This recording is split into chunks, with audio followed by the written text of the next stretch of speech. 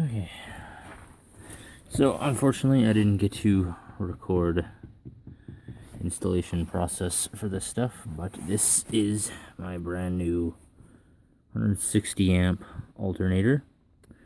My factory one was 145 amp. I replaced it as it was starting to squeal a little bit, and it was overcharging my factory battery, which I'll get to shortly.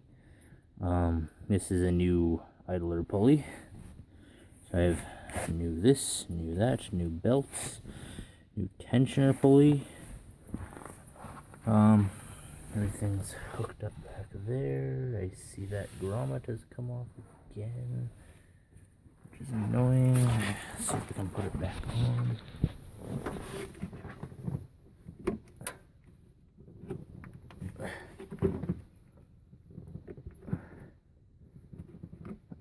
I can get it to go on, it just won't stay on.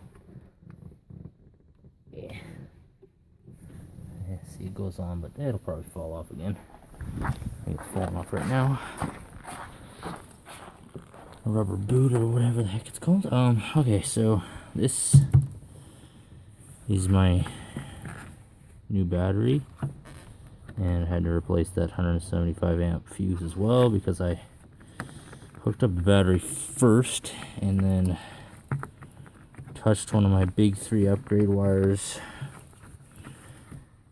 to the alternator and shorted the fuse out. So that fuse is in there for when you do stupid things like I do and hook the battery up first.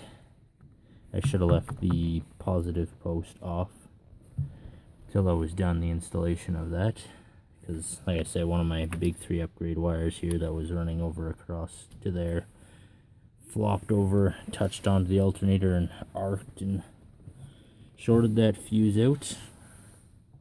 But yeah, anyways, installation for this thing, I believe these are, I want to say they're either 12 mil or 13 mil. Can't remember for sure. But anyways, either one of those. One or the other. This bracket here, you take this out, and this one here, there's the one up here, and there's one down there. And then there is obviously the, hard to see, but the bolt down there for the bracket to hold the battery in place, which I believe is also the same size as these ones, so 12 or 13. To remove that battery post and the other one on the other side, it should be about a, I can't remember those either. I think it's a 10 mil. And then these up here are the same as the brackets, like a 12 or 13 if you happen to need to change that fuse for whatever reason, or if you're adding a stereo into it, just unloosen the one on this side. Should be able to hook it up there. My new battery here is a Motomaster Ultra AGM battery. It has, as you can see, 875 cranking amps, 760 cold cranking amps, 120 reserve capacity, and 70 amp hours, which is a fair bit better than my factory battery, because my factory battery had 650 cold cranking amps and like 700 and something for regular cranking amps, and then I had like 100 reserve capacity and 50 or 60 amp hours. So I got that all done.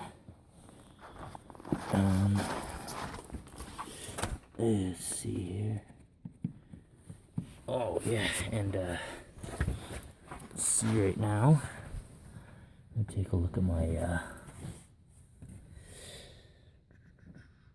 stock manifold there, because for Christmas this year I got some aftermarket headers here, just shorty headers, brand is JBA.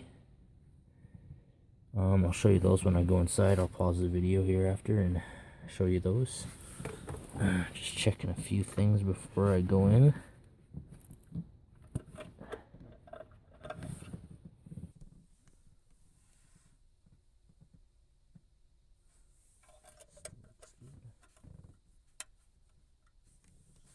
Okay. Yeah, so that's about all for that. And yeah, look at that. That boot came back off there again.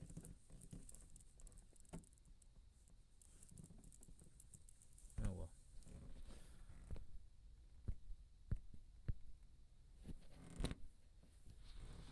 Okay, seem to pause with my gloves on. Okay, so inside now, and you can see some of the remnants from Christmas. Here are my JBA Performance headers. Oh, piece of tape. Yeah, as you can tell, they're shorty headers. They're meant to just directly bolt up to the stock flange and everything like that. Have the left and right ones here. Have all of the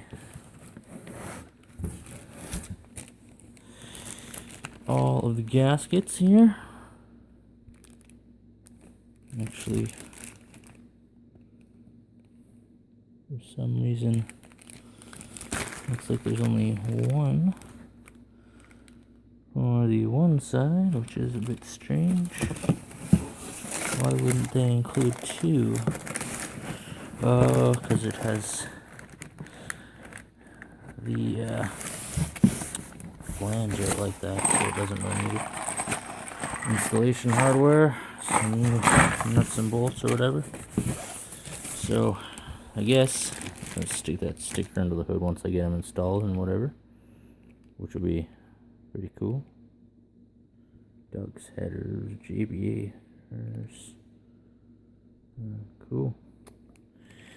Yeah, so there's a gasket for the driver's side and the passenger side for the headers themselves, but the flange only has one for this flat side, and the other side, quite obviously, does not require one because of the flange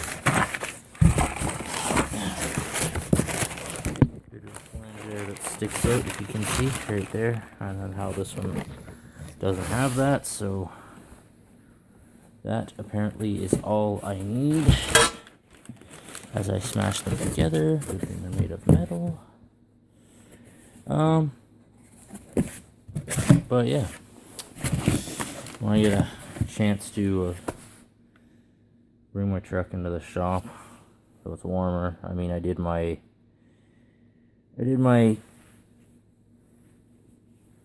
blower fan today outside because I kind of had no choice.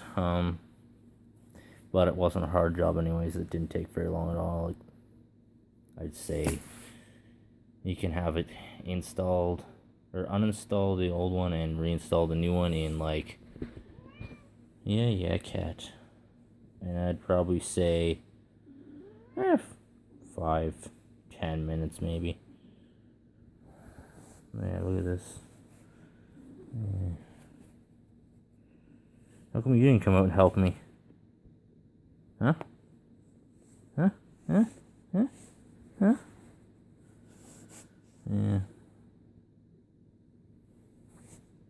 You lazy kitty, eh? Yeah.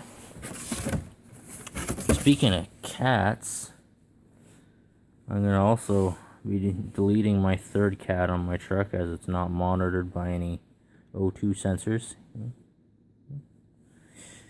And also probably replacing my leaking flex pipe with just a regular piece of piping, and then I will look into some high flow cats in replacement for my other two cats that are kind of required.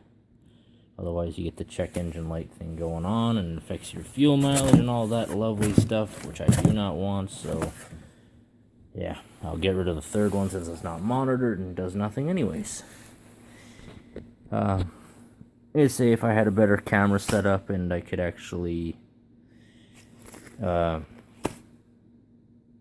record with like a tripod or something, clip a GoPro to somewhere and aim it where I'm working on, I'd get more in-depth videos of me working on things. But right now I can just kind of post the befores and afters and projects to come and just where things are heading, that sort of way. So shut this off. So yeah, I'm done for the day with all this stuff. I'm glad to have heating again because it's been cold out lately, hasn't it? Yeah? You wouldn't know, you don't go outside, I keep you in here. Yeah. So yeah, hopefully that was informative and helpful to somebody, right? Until the next video, which hopefully will be the installation of these